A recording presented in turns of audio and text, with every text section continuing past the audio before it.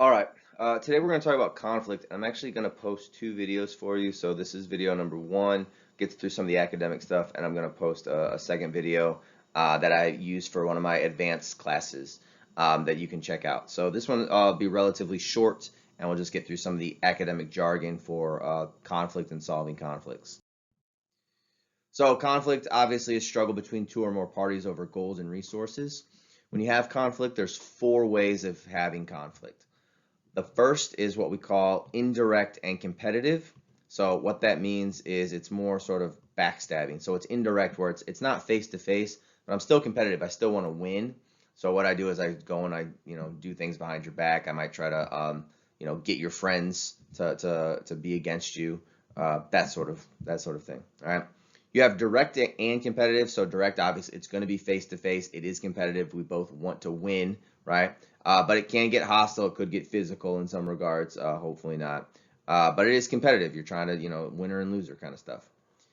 Indirect and cooperative is you're not addressing the problem to the person's face, but you're still trying to be accommodating. You actually want to avoid this because this turns into passive aggressiveness.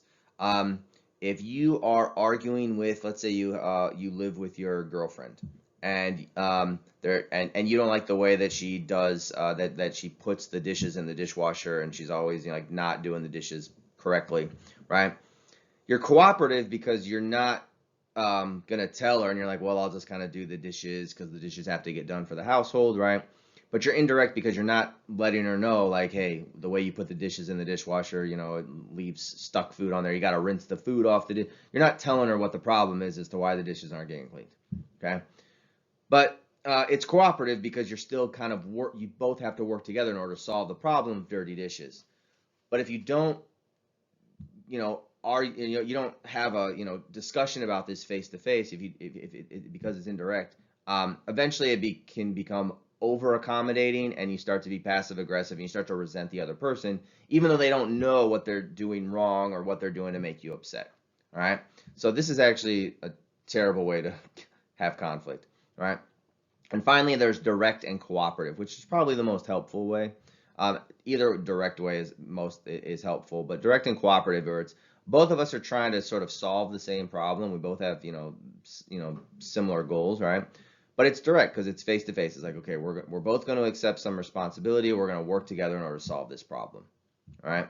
What I want you to think about is what sort of personal examples do you have for each of these? So you might have people in your life who you're just very indirect with, but it is sort of this frenemy type of situation where you're constantly competitive. There might be some backstabbing going on. You're spreading rumors online about each other, but you're not directly calling each other out, right? You might have someone in your life where it is very direct and cooperative. Hopefully, this is probably more of a like romantic relationships should be, like healthy ones should be direct and cooperative. There's going to be problems that come up, but at the end of the day, it's like you both want to win, because if both of you win, then the relationship wins. All right, so think about personal examples you have for each of these sorts of conflict scenarios. Conflict can also fall into these categories, what is known as conversational orientation and conformity orientation. All right.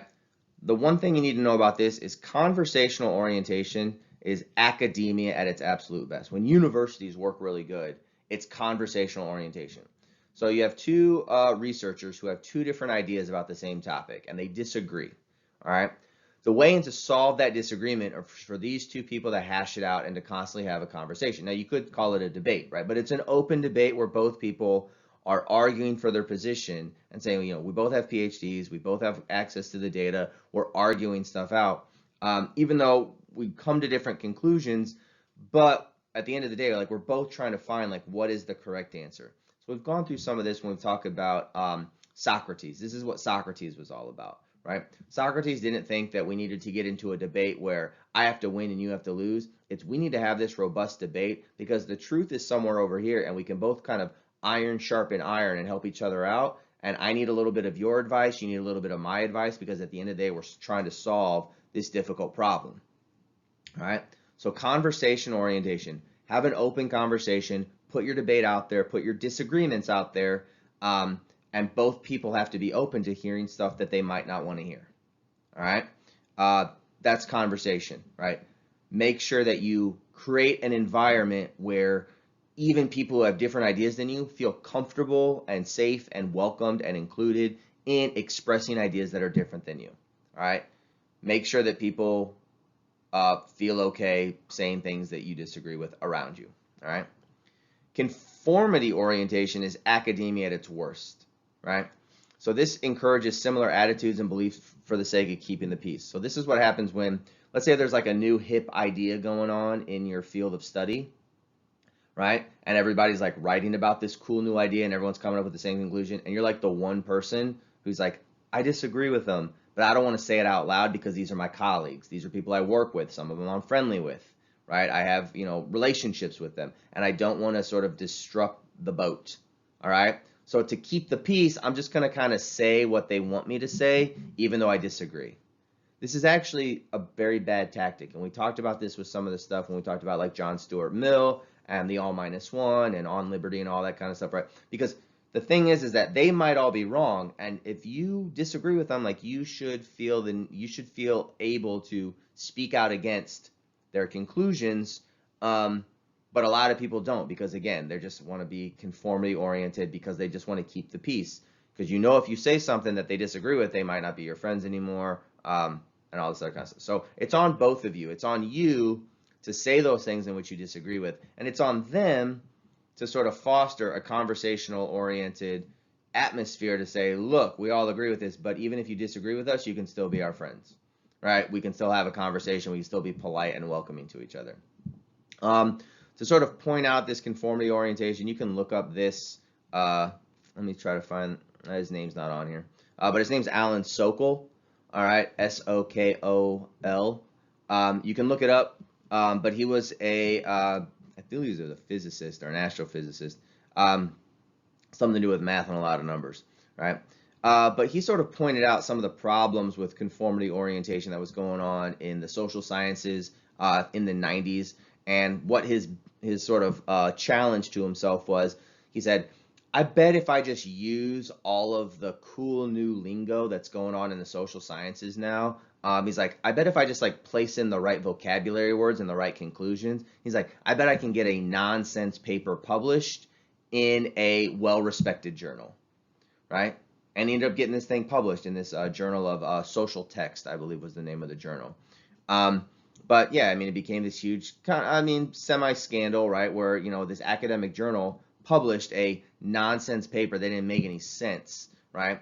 But his whole, he gets into this whole, like, math is a social construct and like nothing is real and gravity is like whatever. Like he's just making stuff up that sounded, that used all the right language, but it didn't. But it didn't actually work out mathematically. But he's like, I bet if I just say all the things that other people want me to say, he's like, I bet I can be a part of this like cool kids club of academics. And he was. And then after he got this thing published, he came out publicly and said, look, everything I wrote was nonsense, and I was just trying to do it to prove a point. And the point that he proves is that if you just say all the right things, you get to be a part of the club, even if what you're saying is total nonsense. All right. So you want to avoid conformity orientation. You want to make sure that you're around people who support conversations and debates. You want to make sure that you're around people who welcome different opinions into the circle of conversation, because that's how we sort of strengthen each other's arguments, right? Otherwise, we're all allowed to just say nonsense as long as it sort of fits in pre-concluded conclusions with regard to, academic journals, all right? So conversational orientation, conformity orientation, know the difference between them with regard to how people work when it comes to having disagreements. One section of the textbook talk about the 4 horsemen of the apocalypse for like when a conflict is gonna kind of blow up and not be good. All right. So the 4 stages of dysfunction. All right. The first is criticism, when it starts to turn into blame. So no longer are you trying to solve the problem, you're just blaming the person for the problem. So when it comes to the problem, it is important to sort of figure out how the problem started, but you want to be focused on solutions, right? At some point, you got to get past like whose fault it is, and you just got to say, okay, well, how are we going to solve this? All right. Defensiveness and contempt are sort of different sides of the same coin. So defensiveness is you don't take any responsibility right? And contempt is that you put all the responsibility on the other person, right? And again, this can happen a lot in like friendships or romantic relationships. It's like there's two people involved in that relationship. Both of you have some responsibility, right? And both of you, and the other person is to blame for some of it, right? So you want to make sure that you don't do this whole like 100% one person or the other type of situation, right? It's just gonna all blow up, and you're not gonna work it out. And finally, stonewalling. This falls into that sort of indirect situation we talked about a couple slides ago. Stonewalling is just when communication shuts down. So you're just going to completely avoid the problem. We're never going to talk about the problem. All right, we'll get to this a little bit more on the next slide. So when it comes to stonewalling, where am I at? We can talk about here perpetual problems. So perpetual problems are problems that are just sort of like you haven't talked about, you've stonewalled on it, and then all of a sudden, someone left dishes in the sink, and then you have this whole moment where you blow up at them and you're like, is it really about dishes, or is it about this problem that has been underneath the surface for 5 years that we've never addressed? So perpetual problems, these are things that you need to kind of put in check to figure out, is the tension and the conflict in our relationship really about dishes in the sink, or is there just something that's foundational that we're just not addressing? And at some point, you need to sit down with the other person and say, look, for 1 hour, we need to stay on topic, and the topic is whatever this major problem is. All right? We're not going to argue about dishes in the sink or doing laundry or, who paid for dinner last week and how much, you owe me $10 because I bought you that burrito. It's like, no, like we need to stay on topic and address this major problem that's been going on. Otherwise, it's going to continue to be a perpetual problem. You're going to continue arguing about dishes in the sink when the problem has nothing to do with dishes in the sink. You always want to keep yourself in check.